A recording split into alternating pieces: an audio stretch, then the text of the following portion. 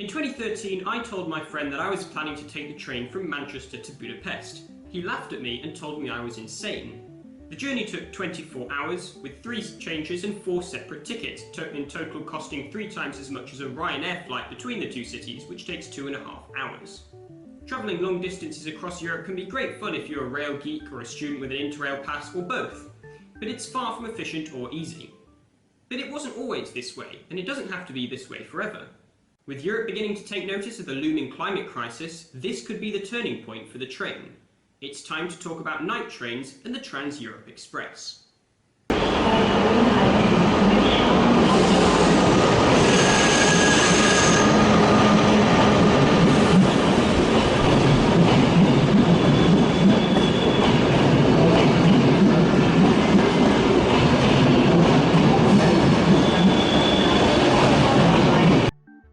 Before the days of low-cost airlines, super long-distance trains were the norm across the continent, including legendary services such as the Orient Express, which ran from Paris to Istanbul, which was progressively trimmed down over the years but technically still ran until 2009. By then it was only running between Strasbourg and Vienna. One of the few remaining trains like this is the Russian-operated Paris to Moscow Express, as well as the even longer and more circuitous Nice to Moscow Express, although both have been temporarily suspended during the pandemic. In 1957, rail operators across Western Europe launched the Trans-Europ Express, running long-distance, first-class daytime trains mainly aimed at business travellers. The network was incredibly expansive, with its corners reaching Barcelona, southern Italy, Vienna, Amsterdam and Copenhagen.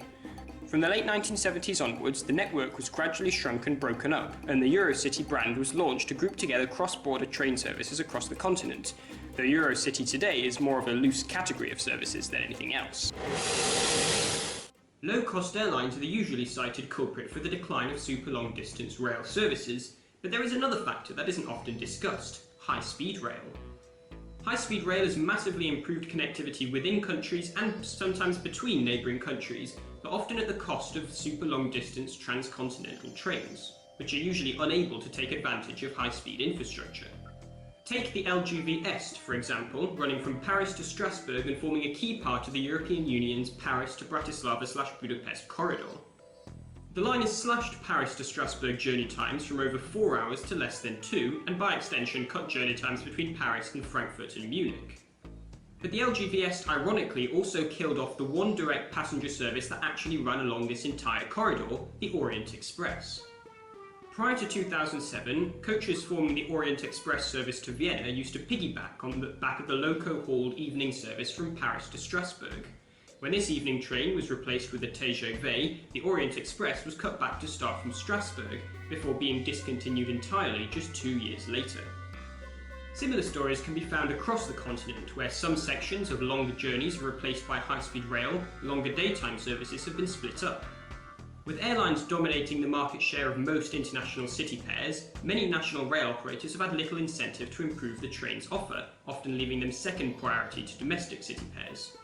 Just look at journeys like Paris to Madrid, Paris to Rome, Berlin to Paris, Berlin to Amsterdam, Berlin to Copenhagen, for example.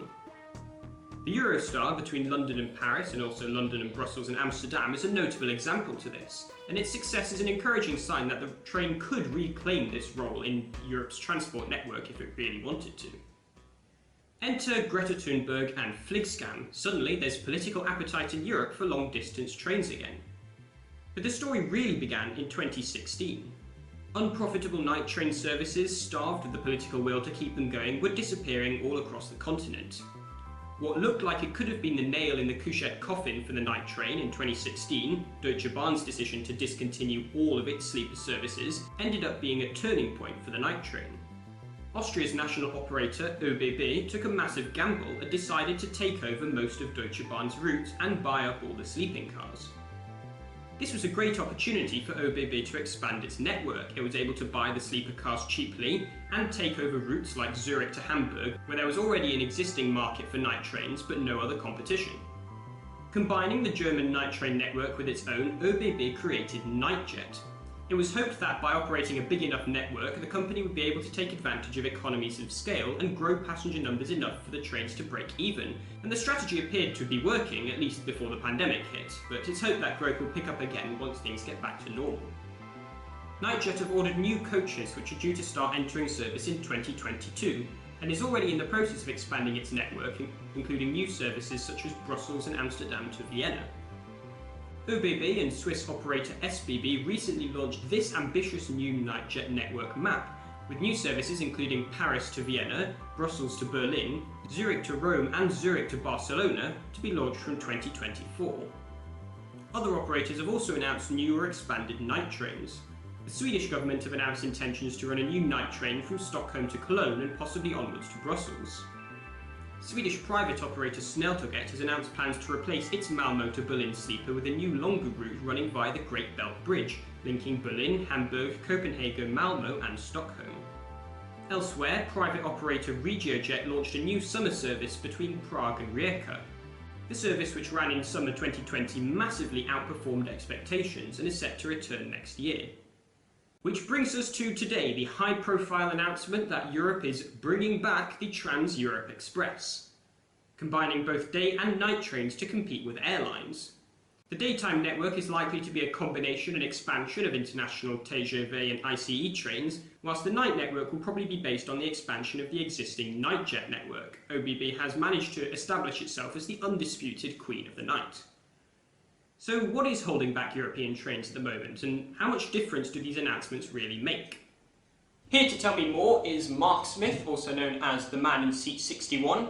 Seat 61 is the single most useful website you could possibly visit for travelling around Europe by train. Just put in any 2 European cities and it will tell you step by step how to get between them in a fantastic level of detail, with timetables and also, most crucially, where to buy your tickets for the best price.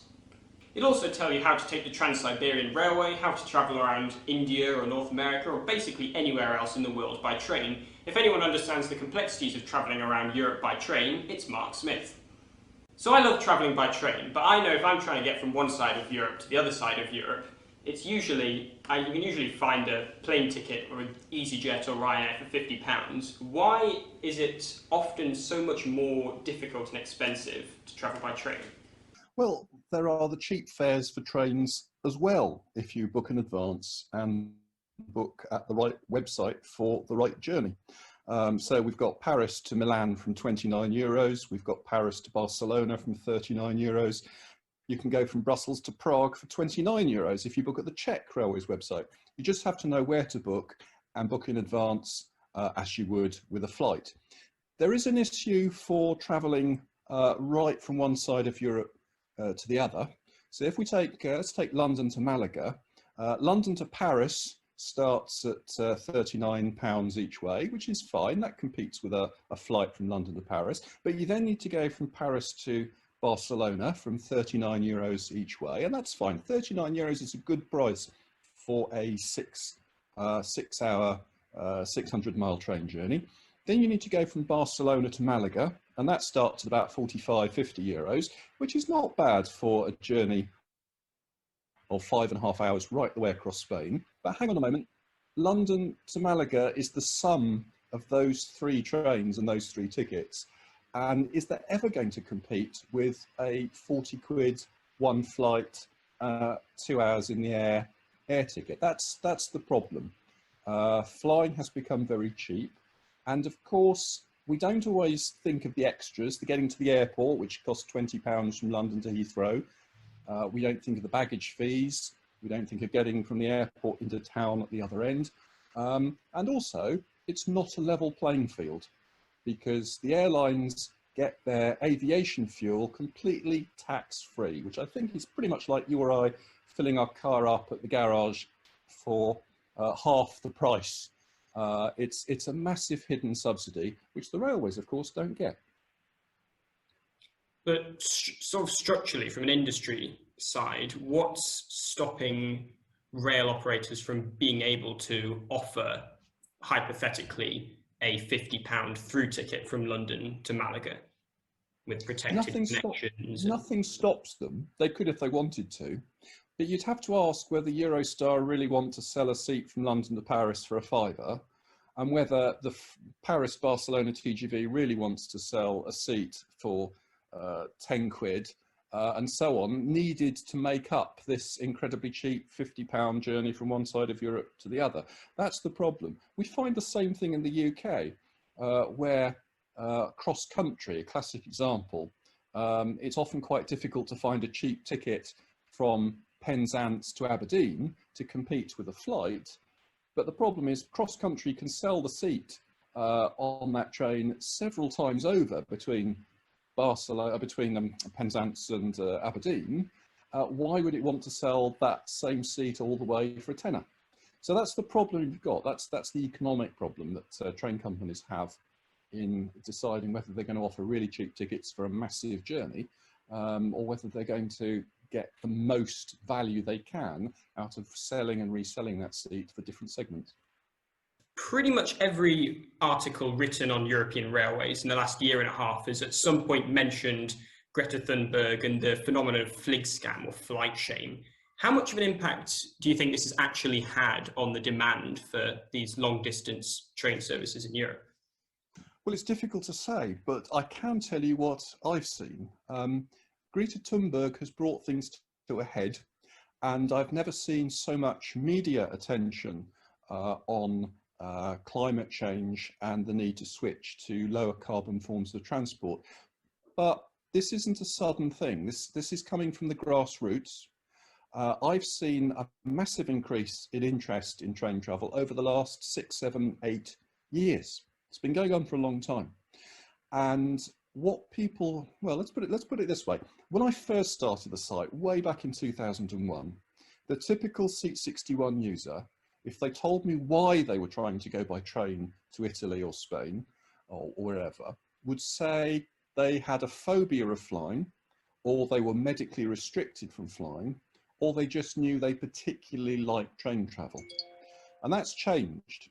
And what people now tell me, almost in the same breath, is two things. They tell me they're fed up with the airport and airline experience, they want something better, and they want to cut their carbon footprint. That's been a trend that I've seen for quite a few years, and it seems to be increasing.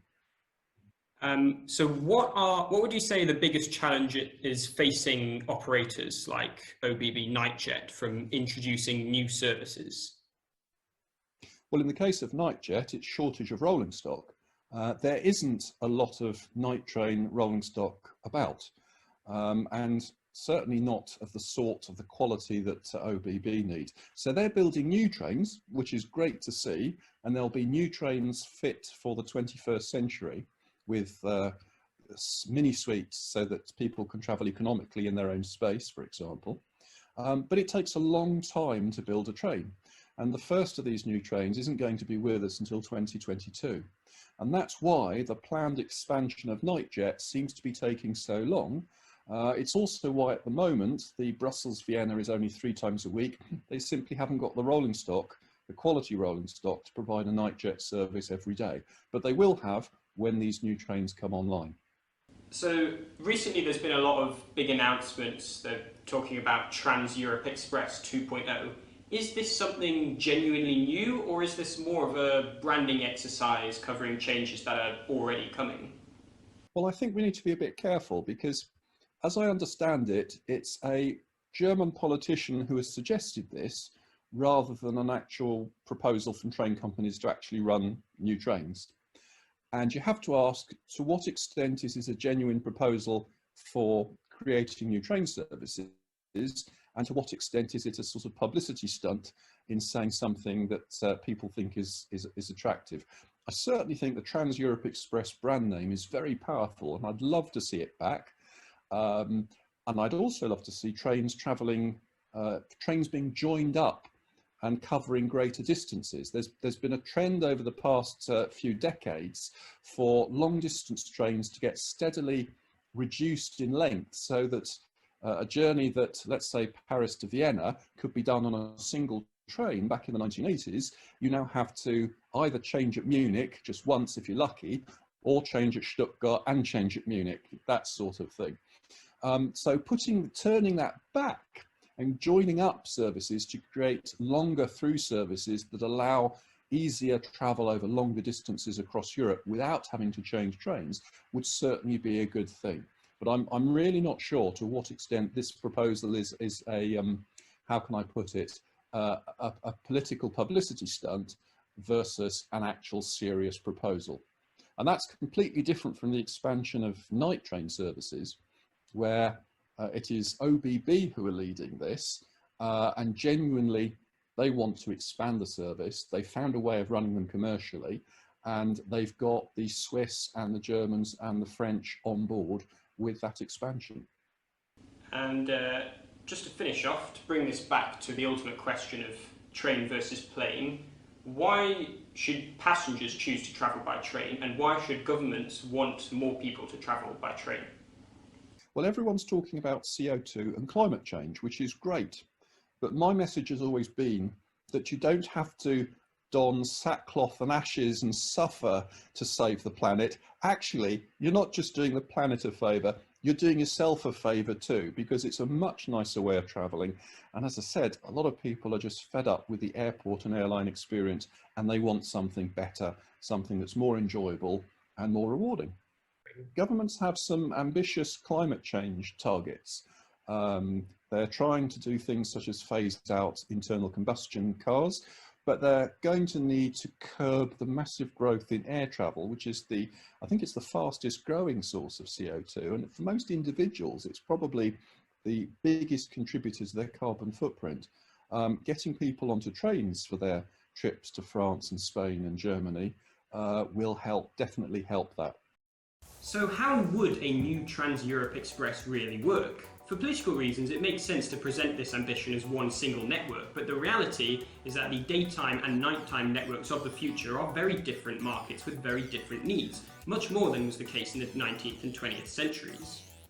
To really compete with airlines, both networks would need to offer reasonably affordable fares, including flat end-to-end fares. What I mean by that is right now distance matters a lot more when you're travelling by rail than when you're flying. As Mark said earlier, for example, if I want to take the train from London to Malaga, I'm essentially paying the combined price of London to Paris, Paris to Barcelona, and Barcelona to Malaga. If trains are really to compete with planes on journeys like these, they'd need to offer reasonable end-to-end fares without penalising super long distance travellers. For the daytime network, journey time is key and every minute counts. That means taking advantage of as much high-speed infrastructure as possible. Luckily, a lot of progress has been made over the last few decades, with France, Germany, Spain and Italy all building up extensive domestic high-speed rail networks. Work therefore needs to focus on filling in the gaps, mainly along borders between countries. For example, the planned Lyon to Turin high-speed railway line between France and Italy, which has been bogged down by needless political controversy. Both day and night trains can take advantage of new game-changing infrastructure, either under construction or already completed across Europe. From the Fehmarn Belt Link, the Great Belt Bridge and the Øresund Bridge linking mainland Europe and Scandinavia, to the Gotthard, Chineri and Brenner-based tunnels across the Alps, as well as improved cross-city connectivity in cities such as Vienna and Berlin. For night trains, timing is also important, but in a slightly different way. If I want to take a night train from Paris to Budapest, for example, my priority won't be getting a train that runs as fast as possible, but rather a train that picks me up and drops me off at reasonable times, allowing me to get a good night's sleep in between. Therefore, sleeper schedules have to be carefully crafted around the most important city pairs they serve. Direct city centre to city centre convenience is key, although protected and convenient same platform interchanges can be tolerable. For example, at present, the Cologne to Vienna sleeper connects up very nicely at Vienna with the railjet to Budapest, and vice versa, meaning you don't have to drag your suitcases far at Wien Hauptbahnhof. The new TEE 2.0 proposal includes daytime trains from Amsterdam to Rome, Berlin and Amsterdam to Barcelona, and Brussels to Warsaw, as well as night trains from Amsterdam to Venice, Frankfurt to Barcelona, Paris to Zagreb, Budapest and Warsaw, Berlin to Rome and Nice, and Copenhagen to Vienna and Budapest. I should stress that all of these are just ideas at this stage. If governments choose to take these plans forward and, I cannot stress this enough, actually put money towards them, then we might see a proper proposal being published in the next year or so. Even with the required political will, getting any of these services off the ground is going to take a long time. My personal suggestion is that if operators really are dedicated to setting up a pan-European passenger rail network, one thing they could do fairly quickly and easily is set up one single ticketing system. allowing people to buy single tickets to use on existing train services with reasonable fares and protected connections. Just an idea. Notably, and depressingly absent from all of this, is the United Kingdom. Do you think the UK is ever going to be part of TEE 2.0 or the NightJet network? Well, we have Eurostar plugging us into the network in Paris, Brussels and Amsterdam. It's incredibly difficult to run a train through the Channel Tunnel. Basically, at the moment, the only rolling stock that complies with the fire safety and evacuation regs are Eurostar trains, and Eurostar are the only people who've got them. So if I was an operator thinking of running a night train, and I can run it to Paris and get a certain amount of revenue, or I can run it with 10 times the hassle with all the border controls, security controls, Channel Tunnel evacuation and Channel Tunnel fire regs to deal with for the same revenue, I think I'd probably run it to Paris, because it is so difficult to get a train through the Channel Tunnel that complies with everything and to deal with those border controls and security controls. And note that those are two separate issues, border controls and security issues. It's not about doing the passports on the train. You cannot do luggage X-ray checks on the train, and that's actually a bigger problem in many ways than the border control. As I've moaned about many times before, over-specified safety regulations and dogmatic border policies means that Channel Tunnel will continue to be an underutilised piece of infrastructure for the foreseeable future. Setting up new services through the Channel Tunnel has proven difficult, as demonstrated by the 5-year wait it's taken to actually get a proper service to Amsterdam up and running, and Deutsche Bahn's abandonment of their plans to run trains between London and Frankfurt. With rail operators across Europe putting their heads together to discuss the future of pan-European trains, the UK is being left very much out of the conversation, and it isn't even because of Brexit. Thank you very much to Mark Smith for coming on and sharing some of his insight in today's episode. As I said before, Seat 61 is a ridiculously helpful website for planning any train journey across Europe. If Seat 61 has helped you plan your journey across Europe, then please consider donating to UNICEF's Syria appeal through Mark's Just Giving page, which you can find in the description below. Thank you for watching, and please subscribe.